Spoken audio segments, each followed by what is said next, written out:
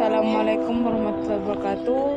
Nama saya Devi Santiawati, absen 6, kelas 10 IPS 4, tugas biologi asal sekolah SMA N 1 Asin Bagus.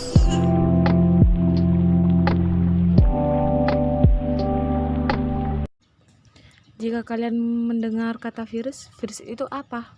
Pengertian dari virus itu apa?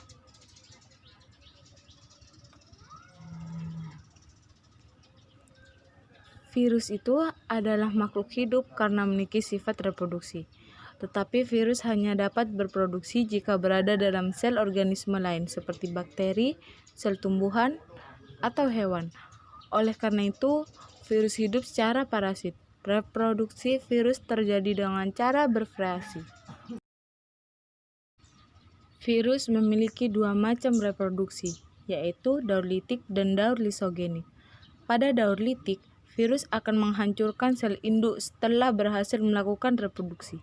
Sedangkan pada daur lisogenik, virus tidak menghancurkan sel bakteri, tapi virus berintegrasi dengan DNA sel bakteri, sehingga jika bakteri membelah atau berkembang biak, virus pun ikut membelah. Fase reproduksi virus daur litik dan daur lisogenik. Daur litik bisa kalian pahami pada gambar tersebut.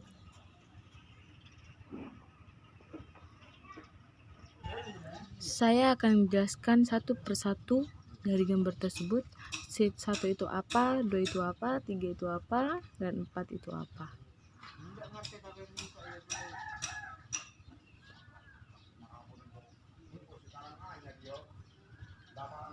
Fase adsorpsi dan infeksi. Dengan ujung ekornya, fag melekat atau menginfeksi bagian tertentu dari dinding sel bakteri. Daerah itu disebut daerah reseptor. Daerah ini khas bagi fag tertentu, dan fag jenis lain tak dapat melekat di tempat tersebut. Virus penyerang bakteri tidak memiliki enzim-enzim untuk metabolisme, tetapi dan memiliki enzim lisozim yang berfungsi merusak atau melubangi dinding sel bakteri. Sesudah dinding sel bakteri terhidrolis atau rusak oleh lisozim, maka seluruh isi fag masuk ke dalam hospek sel bakteri. Fag kemudian merusak dan mengendalikan DNA bakteri.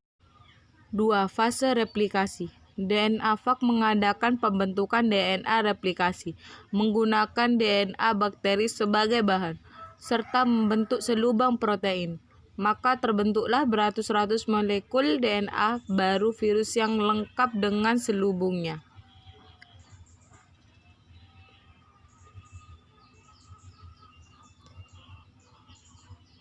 3. Fase lisis. Sesudah fag baru terbentuk, sel bakteri akan pecah atau lisis sehingga keluarlah fag yang baru.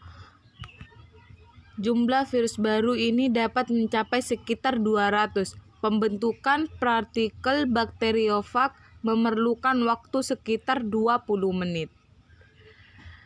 Kita menuju ke daur lisogenik. Bisa kalian lihat di gambar tersebut. 1. Fase adsorpsi dan infeksi. Fag menempel pada tempat yang spesifik.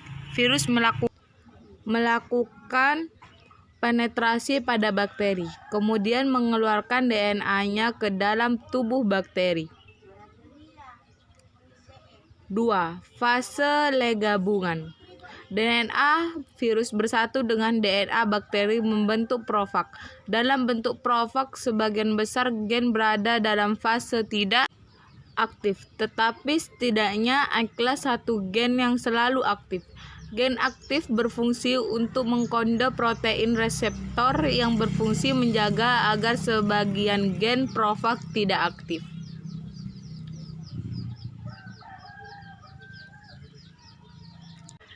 3. Fase pembelahan. Bila bakteri membelah diri, profag ikut membelah sehingga dua sel anakan bakteri juga mengandung profag di dalam selnya. Hal ini akan berlangsung terus-menerus selama sel bakteri yang mengandung profag membelah.